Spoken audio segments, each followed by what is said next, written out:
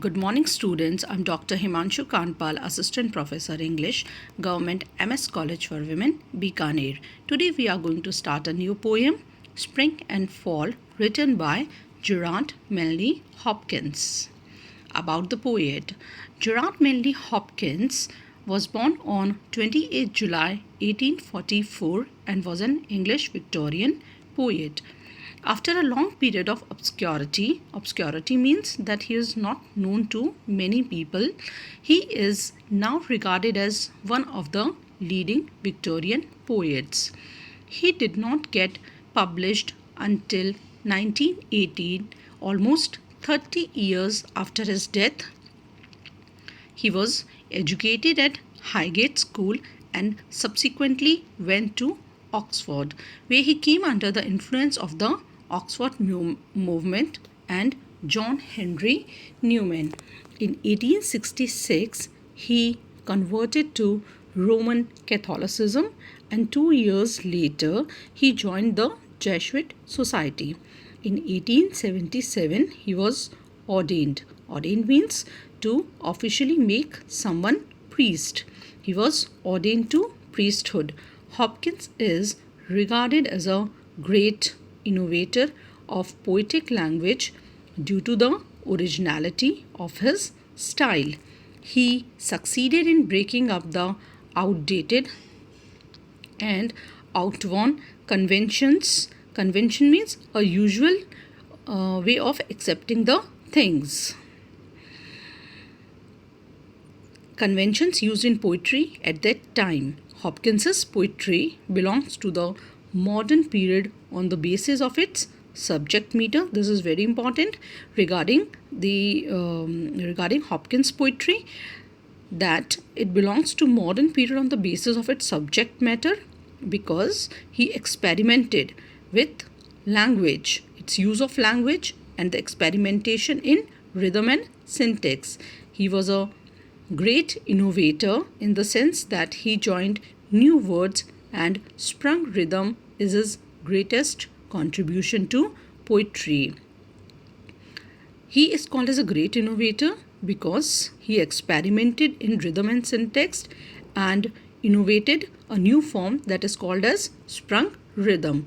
What is sprung rhythm? It is actually a metrical system structured around feet with a variable number of syllables per foot, with the stress always falling on the first syllable in a foot.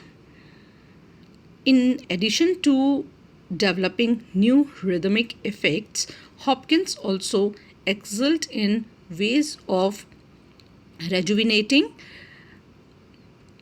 poetic language by his striking use of the language, often employing compound and unusual word combinations. His renowned works include the poem The Wreck of Deutschland and Felix Randall and the Windhover. So, Hopkins was a major influence on modern poets. It is said that when the second edition of the poems of Hopkins was published in 1930, the reviewer of the Times Literary Supplement made the following bold statement about Hopkins, that it would hardly be an exaggeration to say that Hopkins was the most original of the poets of the 19th century.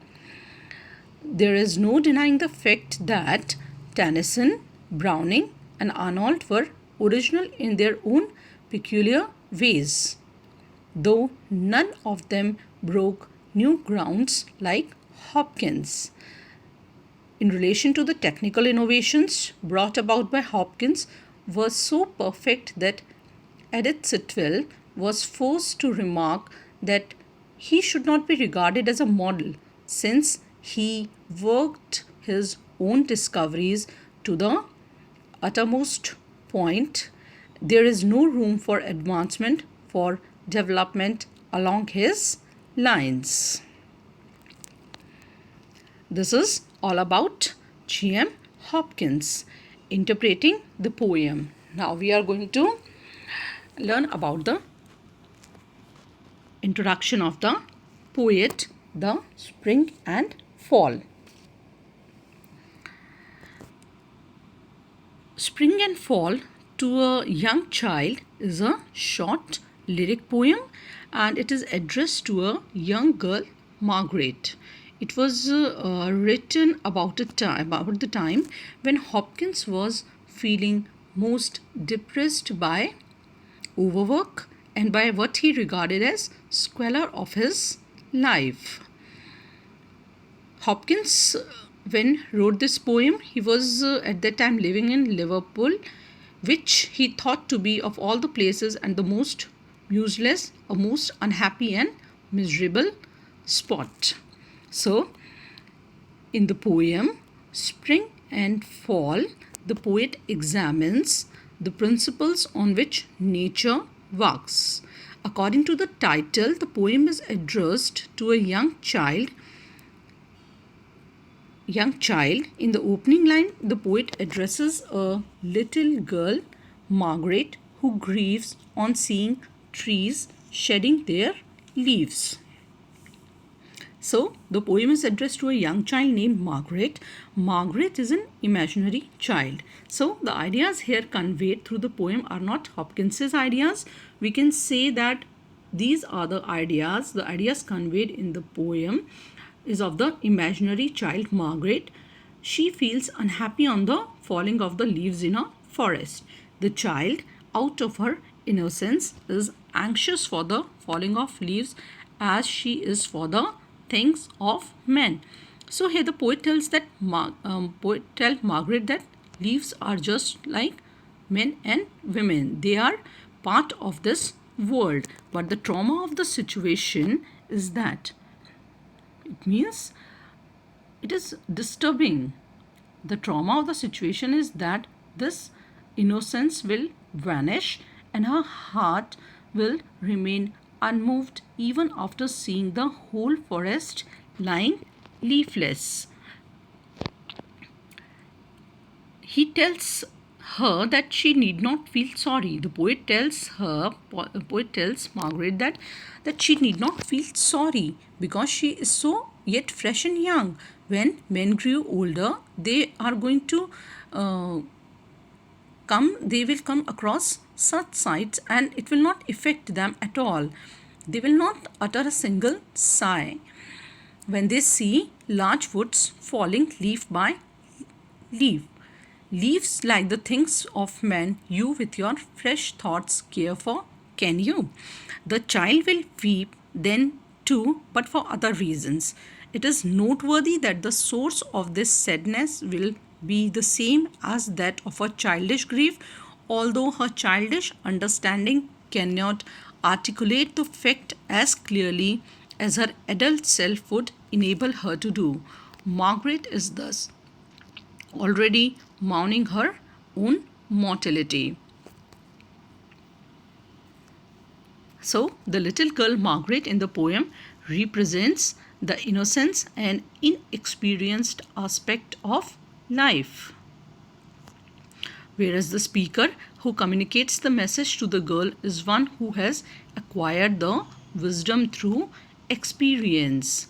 It is the speaker knows that it is very strange that although this fact about decay and death is no secret, yet nobody has so far expressed it. And this legacy, he hands over this wisdom as a legacy to the next generation because he knows that everything decays and dies in the end. Man is a mortal being. Man was born to die in the end. So here Margaret grieves not so much because she sees the decay and death of the forest, but because she knows that she herself is subject to death. So, mortality, although the poem is extremely simple in expression, the ideas it here conveys are highly philosophical and thought-provoking. Mortality is the main source of sorrows in this world, and through this poem, Hopkins wants to convey this idea that man was born to die in the end. So, decay and death are part of life. And Margaret, who is feeling sorry, who is crying for the decaying or the falling of the leaves, is going to realize that this is all part, and when she is going to grow old, she is going to realize that this is all part and parcel of life.